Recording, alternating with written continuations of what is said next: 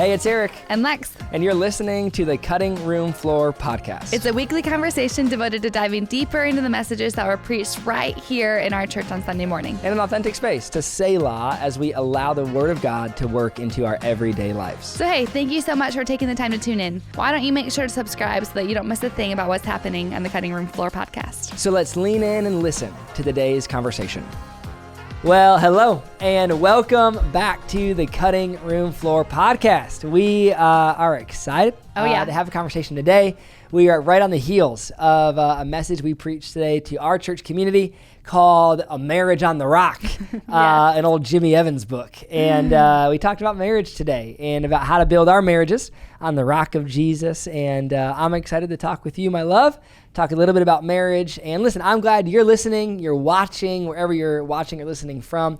It's always a joy to hear from you and to know the good things God is doing through this conversation. We pray it helps you in your walk with Christ, maybe today in particular, in your relationships, in your marriage. Hey, maybe you're running a marathon today and you're listening to this podcast. Hey, maybe keep going. Maybe. We can do it. I'm excited. You're like, maybe you were like me who was running a marathon you're like, is yesterday. That a plug for yourself? No, listen, I'm excited. No, you did. I'm proud of you. We should do, on this YouTube video, a marathon tracker where every time we say the word marathon, which is going to be a lot today, like a little tracker comes up. We see how many times. But I did. I'm proud. You should be proud. It off. I completed. You were there. I was my greatest cheerleader. Cheering you on every single viewing point. I ran my own 5K, honestly. You did, running from spot to spot with James, sprinting around with the baby. Yeah. Me and a good friend, Ben, and Tori was there as well, his wife. We completed our first ever marathon. And I am sore today. I am proud today. Yes. It was quite like an emotional moment. Actually, we didn't say this. After the marathon got done, I finished to the finish line. Yeah. Alexa came up, sprinting up, good job, I'm so proud of you. We both started crying, which is hilarious. I'm like, why am I kind of getting emotional right now? But I did, and we are. And I was just proud of you because I knew you got injured. Yeah. Your knee was hurting, and you hadn't ran for 6 weeks, and I knew how discouraged you were. You had such a goal, you wanted to accomplish it, and then you thought you wouldn't even be able to run the marathon. So I knew how discouraged you were. Then you woke up and you're like, I'll just run with Ben. I'll just support him, maybe even for a few miles, and just go. And then somewhere along the way, you were like, nope, I'm doing this. And I realized he's doing this. And then I was like, oh, I just really hope that he can get to the finish line. I want him to not be discouraged. No, I did believe in you, but I knew you hadn't trained for 6 weeks. I knew you were in a lot of pain. Yeah. So I was just so when I was crying, I was so proud of you, and I was so happy, and I was so oh, he did it. Yeah. Hey, pain is just weakness leaving the body. That's what I told myself. But no, I was very happy. I was very proud to have gotten that done. And here we are today, and we're talking about marriage. Yeah. Because marriage is a marathon. It is. Come on, you can't just start out well. It's not a 10K. It's not about how you start. It's about how you finish. That's right. It's not a 10K. It's not a 5K. It's not a competition. It's not a half marathon. It's your personal best. Oh, come on. It's not about getting to mile 5. It's about pushing through pain. Yeah. It's about, hey, no, I might hurt a little bit right now, but I got something bigger I'm fighting for, so I'm not going to let the pain take me out. Totally. You got to have a vision. Marriage. You got to go through some training. Marathons and...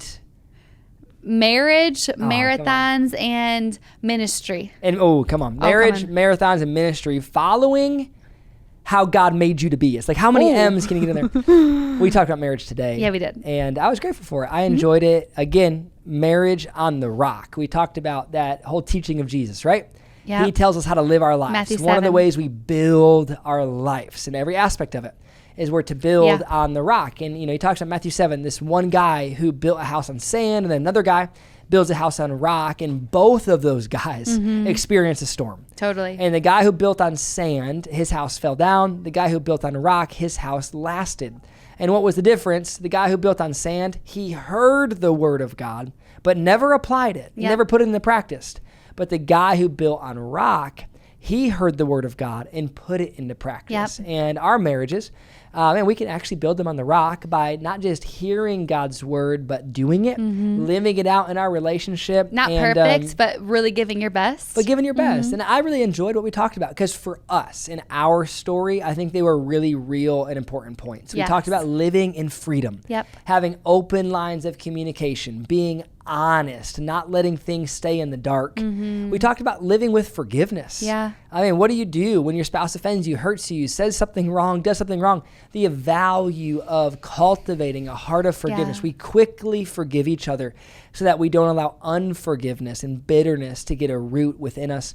Then we talked about friendship and the importance of our marriages. They often start with attraction. But they're built on friendship. Yes. They start, with the old youth message used to be hot, want, now.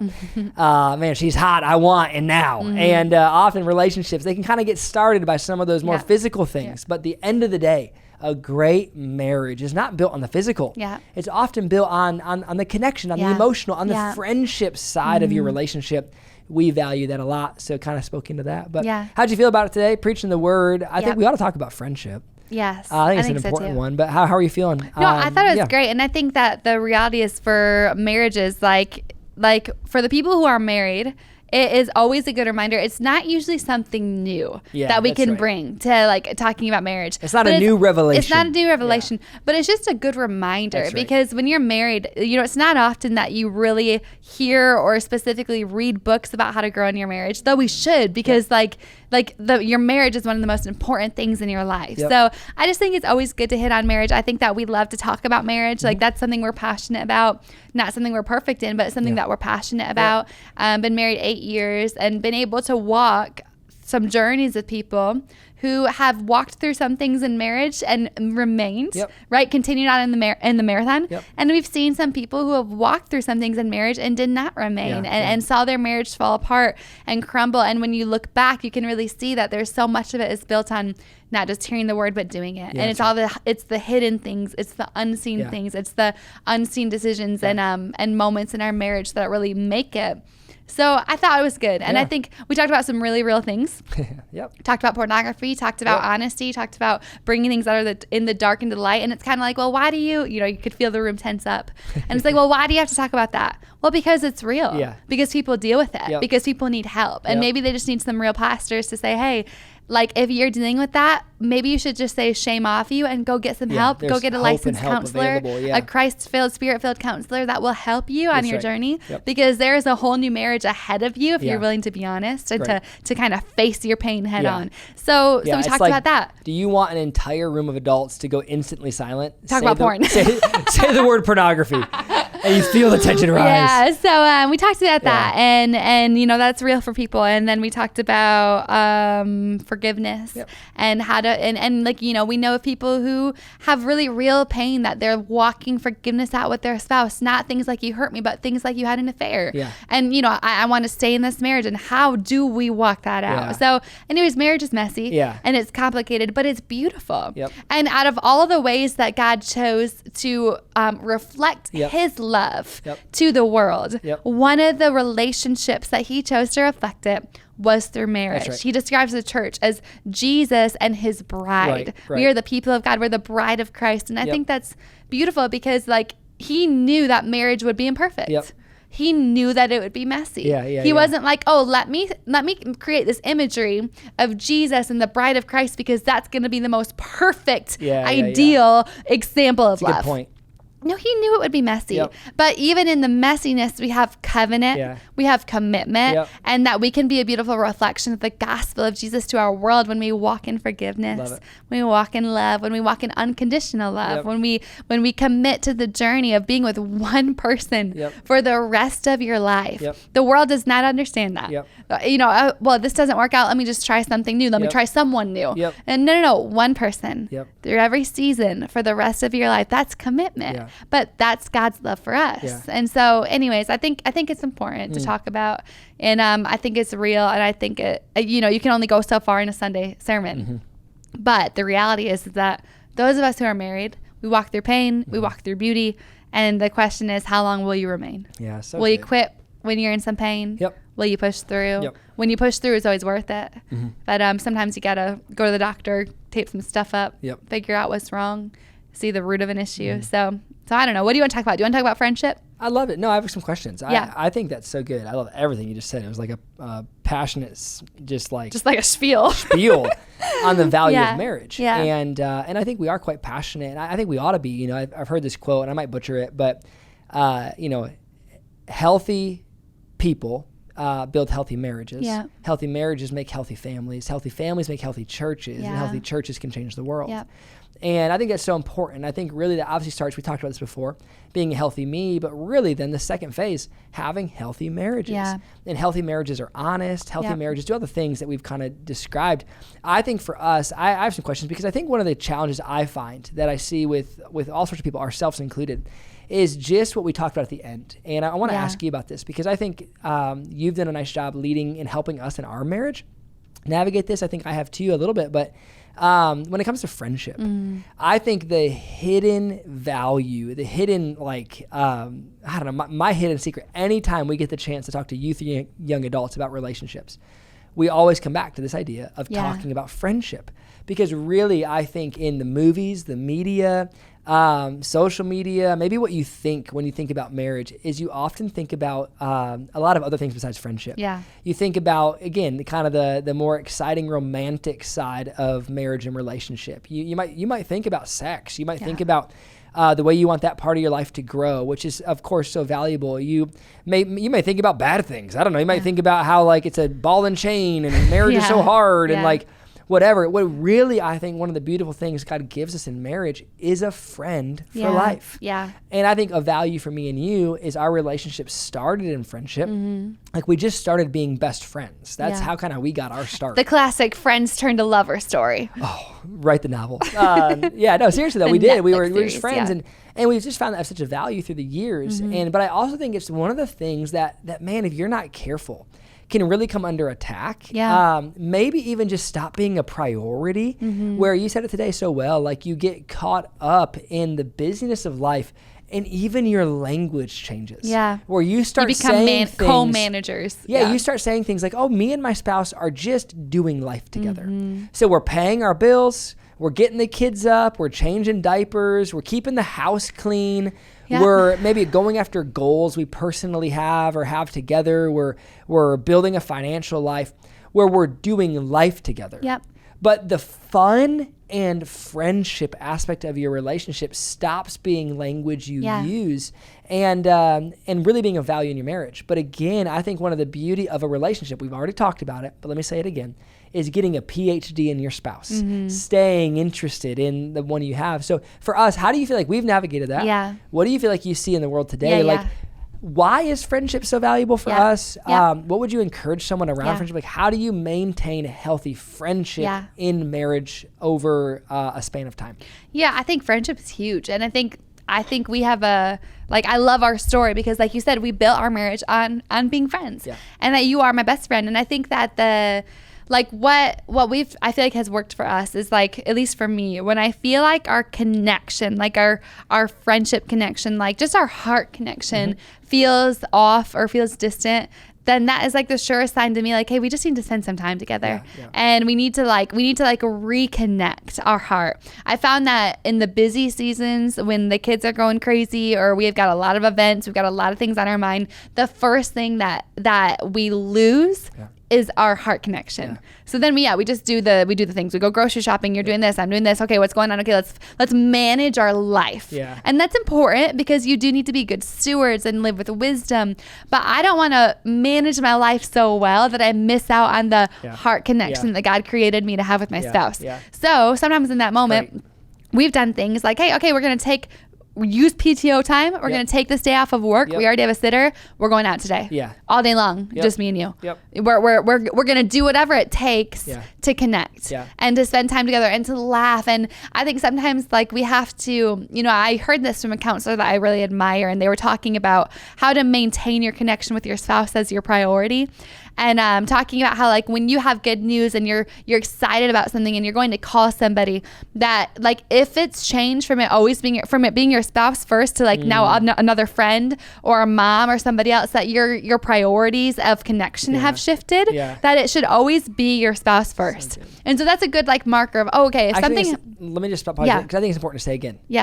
Who do you call? Who do you call first? Who do you call first when you have the greatest joy, excitement, the greatest frustration or challenge? That's a great question to ask yourself around who are the people you're leaning on. Yeah. And I think what a great idea. Like, no, it always ought to be my spouse. And I think for me, like, I'm really close with my mom. Yep. I'm really close with my family. And early on in our marriage, I had to learn that I don't bring my joys or my struggles to them first. I bring them to my spouse first. Because that means that he has access to me more than, my relationships or my friends do. Yeah. And so if there's something that needs to stay between us, then it will stay between us, and I won't share that with everybody.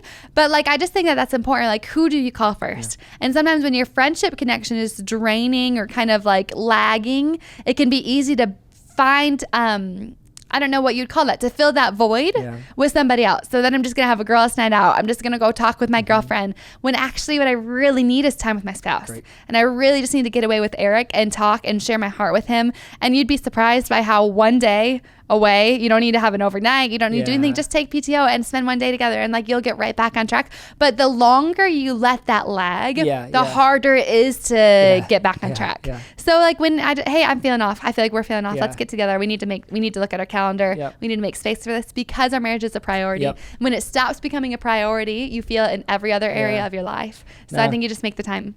I love it. I think you're right. Yesterday, you ready for this? When I was running the marathon. Come on. Add it to the tracker. Me and Ben, we noticed something. We were running the race. We got into some pain. Our knees were hurting us pretty bad. And as we were managing that as we were going, we got to a point where about mile 9, one of us had to use the restroom. So we had to stop. It was Ben, Ben had to run off the bathroom. So he ran off. I stood there, kind of waited for him. And we were surprised, because when he got back out and I had kind of stood there, we started to try to run again. And what we realized was all that pain we were experiencing, it actually got bigger when we took a break. Totally. And I have a point here in a second. Yep. So we literally got after mile 9, we started running again right after that. And the worst pain we felt the whole race, our knees, they locked up. We almost couldn't, literally almost couldn't move. Ooh. And we learned a lesson early on at mile 9 that I'm so grateful I learned at mile 9 that I didn't have to learn at mile 18. Yeah. Because the rest of the way from mile 9 to 26, my brain was telling me, you're in pain, just take a quick break. Yeah, just take a break. It will feel good. Just walk a little bit. If you just walk a little bit, then you can stretch it out. But I knew from that lesson, nope. If I have to go to the bathroom, my mind tells me pants right now. my mind tells me, take a break and stretch it out. It's all good. You just need some time away. Yeah. I knew it was a lie. Yeah. Because I knew what would happen if I let my body stop moving forward. Yeah. As my body would seize up. Yeah. My muscles would seize up. So I had to keep moving. And here's the lie in marriage. You hit a pocket of your relationship where things get tricky. Yep. Maybe you have some real fights, some real frustration, maybe some stuff from your childhood. All of a sudden, it never has real before. hurt. Yeah. Now it's revealing itself and it's affecting your relationship. And you feel like that friendship aspect has faded. The lie is, I just need a break. Yep. The lie is, we're dealing with all this stuff in our marriage. I need some time. I need some me time. The extreme lie is, I need to go be with someone else. Or I need to be done forever. Or even just take a moment off. And I think here's the lesson for somebody. There's something about pushing through pain, keeping the friendship aspect of your marriage at the forefront, choosing to go on the date night, to get together, to stay together, that will actually serve you so much better as you keep yourself moving, even when it's hard, even when it hurts. It's a silly little marathon example, but me and Ben, we talked about that very thing as we're running. We even said, what happens in marriage, doesn't it? All the time. And there's something about making a commitment, you just said it, being intentional to put friendship, relationship, connection at the forefront, even in hard seasons. Totally. And I think, just to tag on to that, is like our marriage isn't perfect, and we've had ups and we've had downs, and we're real people just like everybody else who deal with real issues, and we work together, which is actually great, but sometimes it can be challenging. And I think if there's anybody listening to this right now and you're like, my marriage is struggling, we're actually on fire, we're really struggling. I think what we'd encourage you is number one is don't quit. Please do not drop out of the race. Don't stop because you're struggling. When we talk with people who are later on in their life, if they have any regrets or anything that they wish they would have done different, any regret that they had was maybe from ending a marriage, from walking away, from having an affair, from not prioritizing their marriage, because you can live in the wake of that. Yeah. So if that's you, like if we can just share some wisdom. I don't know your story. Yep. I don't know your details or dynamics, but what I do know is that with God, like all things are possible. Yeah. And don't make a decision in the middle of your pain. Yeah, great. Just keep running when you're in pain and ask another voice in, get a third party, get a counselor, but don't make decisions when you're in pain. Yep, don't make decisions in the middle of addiction. Yep. Don't make decisions in the middle of betrayal. Yep. Take some time. Yep. Take a breather, ask for help, then walk that journey out and see what God's speaking to you. But I think it was important, like when you were in the middle of your pain and when you were running, to not say, okay, I'm in pain, I'm just going to stop now. Yep. Like I'm going to give myself a few more miles. Let's see if I can do this. Let's see if I can, let's see what's like there's such a greater future ahead when you bring God into your story. So I just encourage you not to quit. Love it. If it's unhealthy, of course, if there's boundaries that are continually being broken, like I know that there are scriptural reasons for divorce. That's not what I'm saying, but I'm just saying if you're like in the midst of it, if your marriage is rocky today, hold on. Yep. Invite some help in. Keep running. Great. Because you never know what your story could be at the end of the race. Yeah. Amen. I think that's so important. I think it's such a value. And yeah, I feel like there's something been on that for us recently of just wanting to help marriages stay together. Yeah. You know, again, we heard years ago somebody say like their marriage commitment was to break the statistics. Yeah. That 50% of marriages end in divorce. And again, inside the church and outside. Yeah. And we understand. There's no shame there. Yeah. You may have walked through a divorce. There's no shame. God's so gracious and good. And there are legitimate reasons, scriptural reasons to walk that journey. Yeah. But we're just committed. What if we could actually fight for another way? Yeah. What if we could learn some lessons from those who've gone before us, who've navigated pain? And what if we could learn another way? So I think everything you said is brilliant. Yeah. Friendship. Friendship's so valuable. I think it's so important. Let me ask you one more question. I think this one's also is connected to it. What do we do and kind of what do you encourage and what do me and you do? We can talk about it for a second. When you do hit some of those rocky roads, and it's like, all right, it's one thing to like keep going. Like I get it, like keep running, keep showing up. But there has been like some real hurt. Like today we brought up a topic that I think is really, I have no problem bringing it up because I just know it's such a real thing for everybody. The topic of pornography. Yeah. So many people in the world, in the church, outside of the church, have dealt with the sting of pornography, either as someone who's actively kind of viewed that and gotten into a habit, an addiction with that. Again, I shared part of my story today. Or even those who maybe that's not been their story, but someone else they know. Yeah. And I understand the world, again, those who don't follow the ways of Jesus, pornography, some, they think it's great. Like, let's keep building it. But even some who don't follow Jesus are like, no, this is destructive. Yep. Like there's some great organizations, non-Christian organizations, bringing a lot of data out about how pornography can destroy relationships, can destroy people. But that's an example we talked about today. There's many that their heads kind of rear in marriage. You mentioned counseling. I think that is a great step. But like when you're in the middle of a journey with your spouse, where you're like, man, I'm kind of in the middle of it. I'm glad there's hope on the other side, but like tomorrow is still hard for me. Yep. How do you encourage people, husbands and wives, to navigate some of those big life challenges and see through what are things you can practically do? How do you hang on to hope? Yeah. Besides just get counseling. Totally. I think it's a great step, but what else can we do? No, I think that's good. And when we were in the midst of that journey, that was 8 years ago before we got married.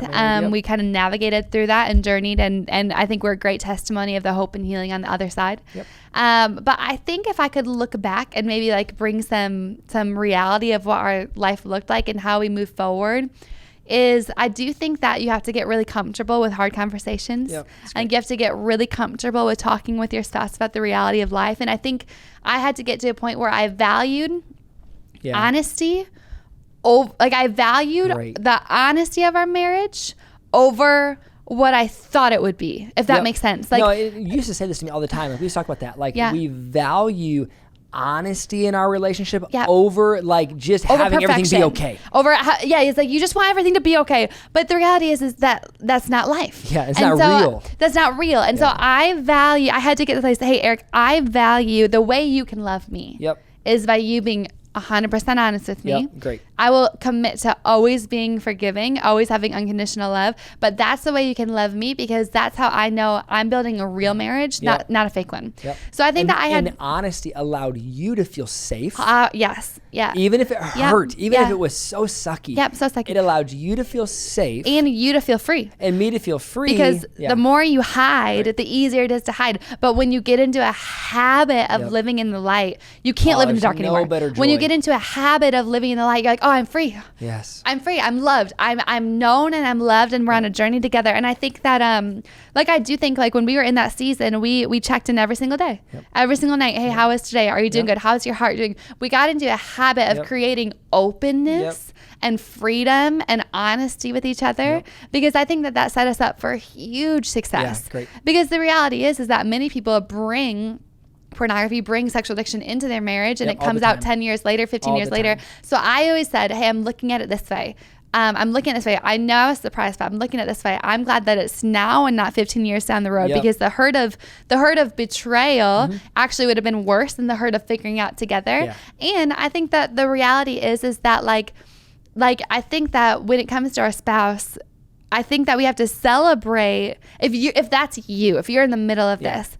I want you to look beyond just this thing and celebrate who they are as a human. Yep. That, hey, your experience, your struggle doesn't define you. Yep. That I love you. This is part of you, but there is a wholeness of you that I love and I champion. And we're gonna conquer this together. That I'm on your same team. It's me and you versus the world. Yeah. It's not me versus you. Yep. But you know what? That takes actually a strength inside. Yep, it does. That takes a security. Yeah. Doesn't mean that I didn't have. That doesn't mean that I wasn't hurt. That doesn't mean that I didn't voice honestly back to you. That doesn't mean that we didn't have days that were rough or tougher, but it actually meant hey, this is the culture we are creating in our marriage. We are going to create a culture. We're going to fight for a culture of honesty. We're going to fight for a culture of forgiveness. We're going to fight for a culture that we know what we're building. We know the flaws, we know the good things, and that we don't have to wonder, hey, what's going on? And so I think that it's just important. So if that's you, if you're on the other side maybe of a spouse who's revealing something to you, there's great hope. Yeah. There's a great love and depth, more than you could have imagined. Mm-hmm. I think you need to champion them as they're becoming the man of God or the woman of God that they feel called to be. Mm-hmm. And I think that a righteous man falls down 7 times, but he gets back up. I think we need to be encouragers. And I also think that you need to be honest. Yeah. So you need to honestly share, hey, how this hurts me. I think that's really important. And here's the thing. Yeah. I love everything. And I love 2 things on that. Yeah. One thing we say to each other, even now, we said then. Yeah. Is you're not the problem and I'm not the problem. The problem is the problem. Yeah. We're a team dealing with the problem, but I'm not letting you be the problem or me. Yeah. And then on the honesty works both ways. Yes, it does. So often what happens, and I've seen this in my own life and in others, is that you may have a moment of honesty. You reveal something vulnerable in you. Yes, I think it is so wise and healthy to have a safe place to reveal that without being beaten up. Yep. But I also think honesty works both ways. Absolutely. And the truth is that some of those decisions I made early on before we got married around pornography, they obviously affected you. Yeah. And you needed space to honestly say how that made you feel. Yes. And when honesty and love was on both parties, it created still was hard, but a healthy environment for us to then really work together to move forward. Absolutely. I think it's really important. And I think it, when I was able to be honest with you of how hurtful that was or what that felt like, and you weren't able to just be on the defense, but you took that on.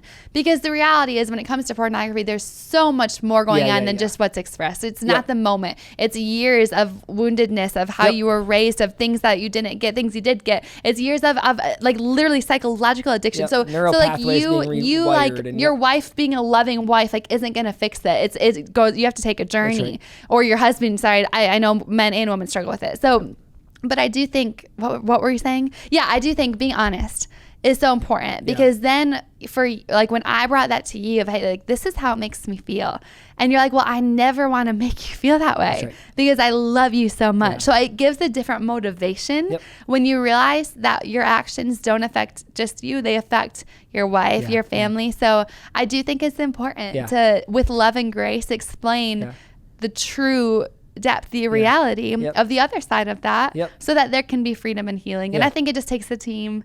It takes a team. And I think that it takes saying, hey, perfection's not the goal. A beautiful, healthy marriage is the goal. And progress is the goal. Progress is the goal. And I want to be a wife that you can share things with me freely. And I want you to be a husband that I can come to you with confidence.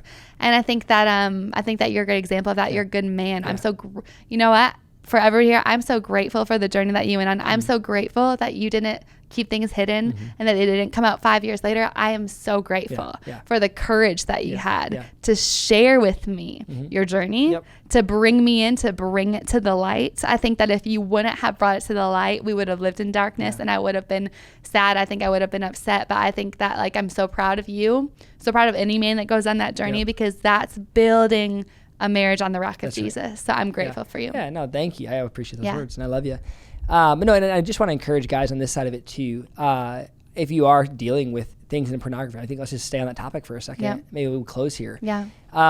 If you're dealing with this area of pornography and maybe you've never brought it to the light, I do think that there's a lot of health around how to do that. Yes. I do think at the end of the day, it needs to come to the light. Yeah. I think I'd encourage you to seek help. Yes. I think talk to a pastor. I think talk to a counselor. I think talk to someone you trust, maybe a man who is decades down the line from you.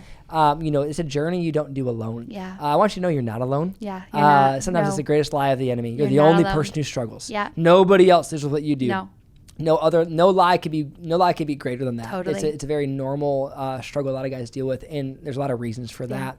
I think to remind you that there's issues beyond the issue. Yeah. One of the great lies that you're just messed up because you want to watch pornography, you have that addiction. Man, there's so much there that in one conversation you can't dig into. No. You said there's roots there, there's layers, and a lot of healing came from me as I was able to dig deeper than just the surface level, like get covenant eyes and try to stop. You can't will yourself to victory. Yeah. It comes through the grace of Jesus, the love of Jesus, and then deep-seated healing in your heart of woundedness that drives behavior. Yes. Again, there's a lot there, but I just really want to encourage you, if you're in that space, that there's no better decision to make than to be honest. And there's so much hope. There's hope, and it will set you free in a way you never knew. And so I find that that working on freedom, forgiveness, friendship. Our prayers for you, no matter where you're at. I don't know what your story is today. My prayer is for you that each and every one of us would go on the journey of letting our lives, the whole of it, be built on the rock of Christ. Again, what does that mean? It doesn't just mean I listen to the podcast. Yeah. I read the Bible. I go to church. No, it means I hear the word, but I do the word. I let it transform me. I apply it. I put it into practice. And marriage, marathons, and making a beautiful future. Making a life. Building a life. It's all possible as we lean on God and His Word. So be encouraged today as you're listening to this, that there's hope. I pray you were encouraged in the conversation, that your marriage is strong, your relationships are stronger, and may we be people who build our lives on the rock of Jesus. Amen. We love you guys. Can't wait to be with you again for another conversation next time on the Cutting Room Floor podcast. God bless.